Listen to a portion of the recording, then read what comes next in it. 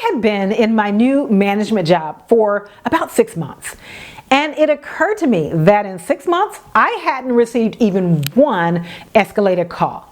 Now, plenty of upset customers asked to speak to a manager, but not once had a call arrived on my phone. So one day, I asked the supervisor of the department about this. She said, "Oh yes, almost daily someone wants to talk to a supervisor. I take those calls." I knew she took those calls, but what I was wondering was, don't people sometimes want to go past her? Like when they ask for the president. I asked her specifically, "You're able to handle the presidential calls as well?" "Yes, I am." "How do you get the buck to stop with you?" Here's what she said to me. "I just talk to them. That's it." "You just talk to them? That's it?" she insisted. I listened in on some of the escalated calls that she handled. I was most interested in calls where a customer was demanding to speak to the president. She was right. She did just talk to them.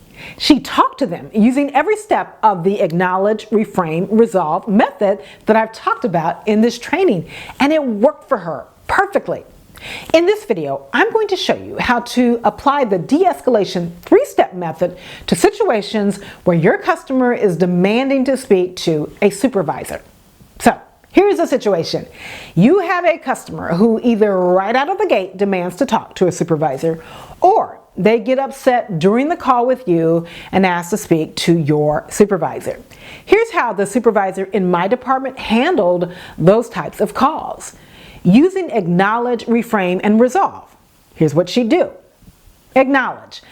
After reviewing calls from the supervisor on my team, I noticed that when a customer asked to speak to the president or her manager, which was me, the supervisor would say something like, "I can certainly understand why you'd want to speak to my manager. I want to get to the bottom of this just as much as you do." By saying this, she acknowledged the customer's perceived need to talk to someone else, and she acknowledged that there was a real problem here. Her words weren't inflammatory. She didn't disagree with the customer. A great way to create calm is to find a way for you to agree with your customer, just like she did, and to keep your words anti-inflammatory. You do that through acknowledgement, just like this supervisor did. Then I noticed she moved right into reframing. She'd say, "I'm in this position to fix issues for customers. That's what I do. Will you give me a chance to see what's going on and to try to resolve this?" I loved this response. What she was doing here is reframing the issue, taking it from "I must talk to the president" to "my job is to fix problems. Let me do that." She took the focus off of talking to someone else to "this is what I do. Let me do it." She'd always add, "Now, if I can't fix this for you, certainly I'll connect you with someone who can." Then she'd move right into resolution by asking questions to help her get to the root of the issue. The thing is, she was always able to solve the problem, so calls didn't go past her. You can use the same approach when your customers ask to talk to a supervisor.